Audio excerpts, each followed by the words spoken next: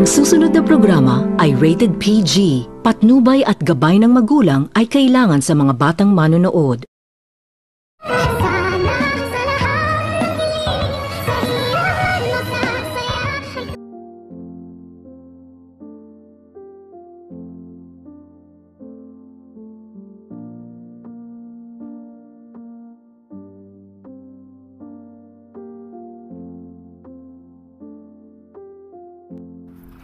Pagkatapos nitong magilty ni Nerissa sa mga ginagawa ni Moira sa mag-ina na itong si Lynette at itong si Annalyn na wala naman talaga itong mga kasalanan sa kanya, sa kadahilanan na agad nitong naisipan ni Nerissa na kailangan na umano nitong matapos na ang kahibangan ng mag-ina itong si Moira at itong si Zoe. At dito agad nitong naisip ni Nerissa na kailangan umano nitong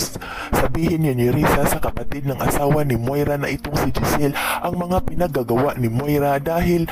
naaawa na umano itong si Nerissa sa mag-ina na wala naman talaga umano itong mga kasalanan, ngunit lagi umano nitong iniinitan ni Moira sa kadahilanan na agad naman itong hinanap ni Nerissa itong si Giselle. At dito nang makita na nito ni Nerissa itong si Giselle ay hindi ito nagdadalawang isip itong si Nerissa na lapitan, at nang magkaharap na itong dalawa ay agad naman itong sinabihan ni Nerissa itong si Giselle na mayroon umano itong dapat malaman, sa kadahilanan na ikinagulat naman din nito ni Giselle ang kanyang nakikita at hindi ito makapaniwala na lumapit sa kanya bigan ng kanyang hipag na itong si Nerissa. Dito agad naman din itong tinanong ni Giselle kung ano umano ang kailangan ni Nerissa sa kanya, kung ano na naman umano ang ipinag-utos sa kanya ni Moira. At dito agad naman din itong nagsalita itong si Nerissa at sinabihan nito ni Nerissa itong si Giselle hindi umano siya inuutusan ni Moira at naaawa na umano siya sa mag-ina na itong si Annalyn at si Lynette na wala naman umano itong mga kasalanan,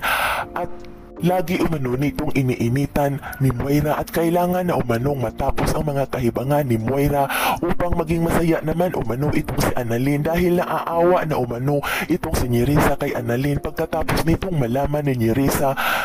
na si Zoe ay hindi pala umano ito totoong anak ni Dr. Tanyag. At sinabihan nito ni Nerissa itong si Giselle, mga magulang umano nito ni Zoe ay itong si Moira at si Dr. Carlos, sa kadahilanan na ikinagulat naman din nito ni Giselle ang kanyang naririnig galing sa bibig ni Nerissa. At agad naman itong sinabihan ni Giselle itong si Nerissa kung nagsasabi ba umano ito ng totoo o gawa-gawa lamang umano nito upang